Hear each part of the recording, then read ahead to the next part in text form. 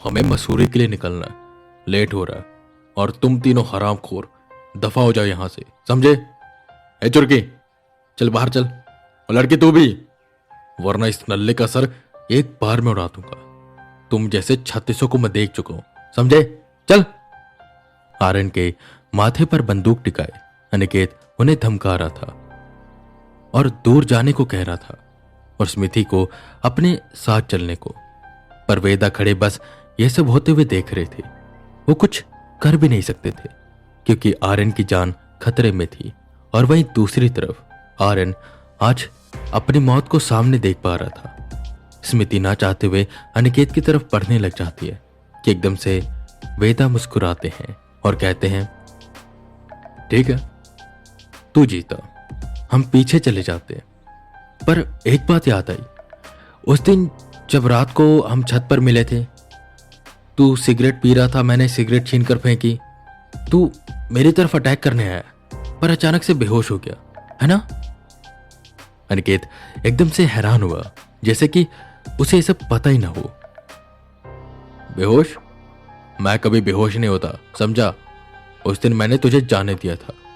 तूने चुरकी रखी और धोती पहनता है, तू ब्राह्मण है और ब्राह्मणों पर हाथ नहीं उठाना चाहिए, ऐसा मेरे पिता ने मुझे बताया था, वरना उठाकर तुझे नीचे फेंक देता जैसे तूने मेरी सिगरेट फेंकी थी। अब हंस क्यों रहा है तू? वेदा अनिकेत के पीछे की तरफ देखने लग जाते जहां स्मिति के पिता खड़े थे, पर उन्हें वेदा के अलावा और कोई भी नहीं देख पा रहा था। एकदम से स्मिति के पिता ने अनिकेत के गले पर वार किया और अनिकेत बेहोश होकर नीचे गिर गया। स्मिति, आपके पिता ने हमें बचा लिया, चलो अब यहां से निकलते हैं, इससे पहले कि इसे होश आ जाए। जिस पर आर्यन, जिसके माथे से अब जाकर बंदूक हटी थी, वो चैन की सांस लेता है और कहता है, बच गए भगवान, बच गए। थैंक यू अंकल, जहां भी आप हैं आपने मुझे बचा लिया। मुझे तो लगा था कि आज मेरा गेम ओवर। वैसे सर, हम जाएंगे कहां पर? इसे तो थोड़ी देर में होश आ जाएगा और ये फिर हमें ही ढूंढेगा। जिस पर वेदा बोले, मुझे पहले शक था कि शायद ऐसा कुछ हो सकता, अगर ना भी होता तो भी वहीं पर जाते, बगल वाले आश्रम में जो मेरे दोस्त का है। वहां पर मैंने 2 कमरे ले लिए। सामान उठाओ और चलो वहां। ये जब होश में आएगा समझेगा हम यहां से भाग चुके, तो ये हमें ढूंढने के लिए बस स्टैंड और रेलवे स्टेशन जाएगा। पर इसे यह नहीं पता होगा कि हम बगल में ही छुपे हैं। इसलिए चलो। और सुनो आर्यन, तुम्हें प्रिया और स्मिति का ध्यान रखना होगा क्योंकि मुझे पुलिस स्टेशन जाना है, वहां पर कंप्लेंट लिखवानी है और इसे उनके हवाले करना है। इसे पकड़वाने के बाद स्मिति, आपको गवाही भी देनी होगी। दे देंगे ना आप गवाही? स्मिति ने हामी भरी और वो सब पहुंचे बगल वाले आश्रम में।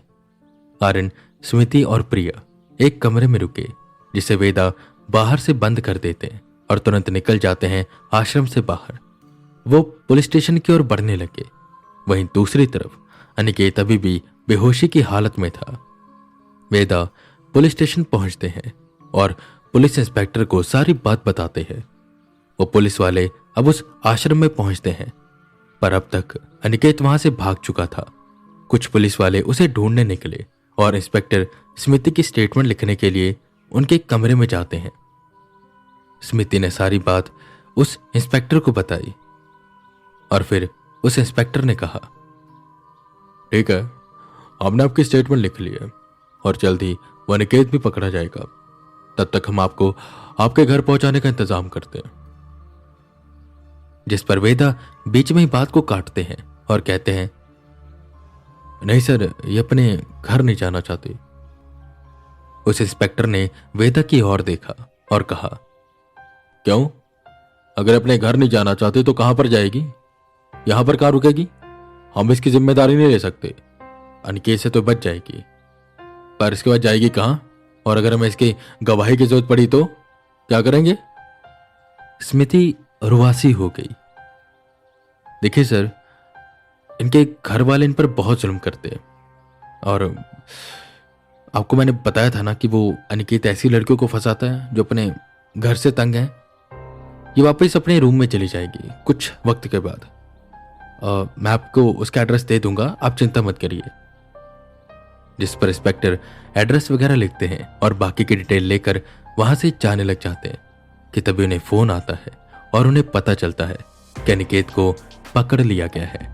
वो बस स्टैंड पर था और शायद स्मृति को ही ढूंढ रहा था, पर पुलिस वालों ने उसे ढूंढ लिया और धर दबोचा। वेदा ने स्मृति को तो बचा दिया था, पर अभी भी काम पूरा नहीं हुआ था। स्मृति खुश भी थी और उदास भी।